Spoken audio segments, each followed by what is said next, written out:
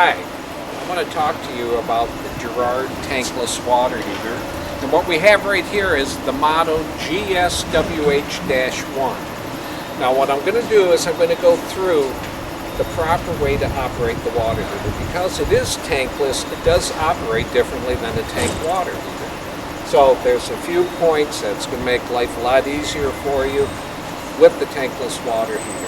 The prepping and the purging of the water lines is very important. You must get all the air out. So the first thing you want to do is take the door off and make sure the power switch is in the off position.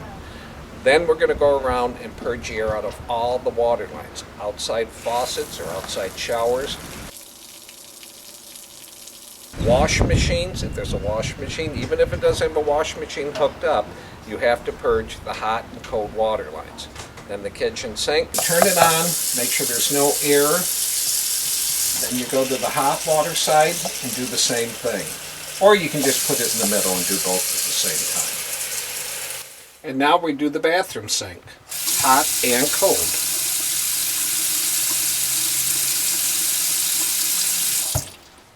Next, do the toilet. And then the shower.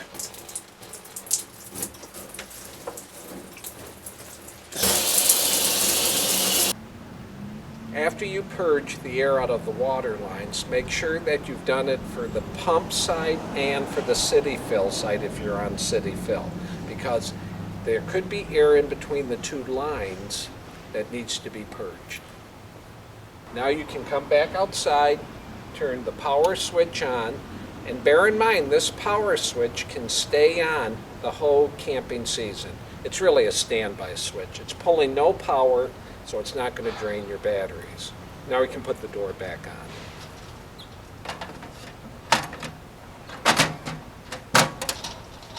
Now let's go inside and I'll show you how to operate the water heater. The next thing we're going to do is come to the kitchen sink faucet, and I want to show you what low flow is, a medium flow, and full flow. Now, to operate the Girard tankless water heater, the temperature is determined by the flow rate. So the best thing you can do is start off at a medium flow. Now, what you have to do is you have to wait for the water to get from the water heater to the faucet. Now that can take from a few seconds up to a minute. It's depending how the RV's plumbing is designed and the location of the water heater to the faucet you're doing. What you'll see is after that time, the water will start getting warm and it'll be a good temperature. Now, if you want hotter water, you're going to decrease the flow a little bit. And the decrease is very little. It's not a dramatic change in water flow. If you want the water not as hot, you're going to increase the flow a little bit. The Girard GSWH-1 water heater will provide up to a 60-degree temperature rise over your incoming water temperature based on the water flow. Now the Girard water heater is designed to turn off the burner at about 122 degrees. That's to prevent scalding. After you do the kitchen sink and you feel the water temperature and you adjust it, whenever you make an adjustment, you have to wait for the water to get from the water heater to the faucet. So that's why it's good to start off at about a medium flow, because you're probably going to be pretty close to the temperature water you want. Now, going to the shower. When you set your shower, the flow, wait for the water to get from the water heater to the faucet, and it'll stabilize. It'll stay within a couple degrees of where you set it, as long as you have a nice steady water flow.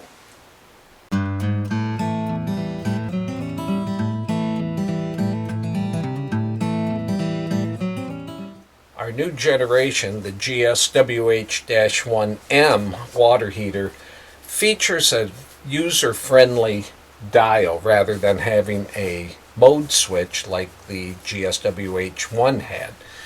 Now you can adjust this dial from a low flame or low setting, which is 18,000 BTUs, all the way up to a high flame, which is 36,000 BTUs.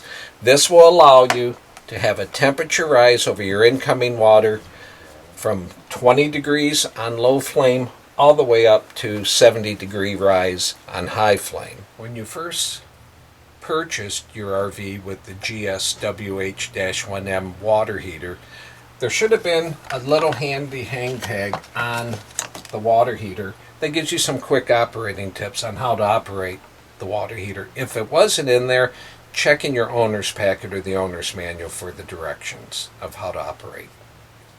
I'd like to spend a few seconds here and talk about the features on the new GSWH-1M tankless water heater. First off, you are going to have a lot more control over the desired temperature you want for hot water. You're also going to have a lot easier operation. Along with the easier operation of the GSWH-1M tankless water heater, you also have a wider range of BTUs. You have from a low flame of 18,000 BTUs all the way up to a high flame of 36,000 BTUs. This means you can have endless hot water in basically any environment. If you have any questions about either Girard tankless water heater, you can visit our website, greenrvproducts.com, or dial our 800 number, 866-559-1221. Thanks. Enjoy RVing with the Girard tankless water heater.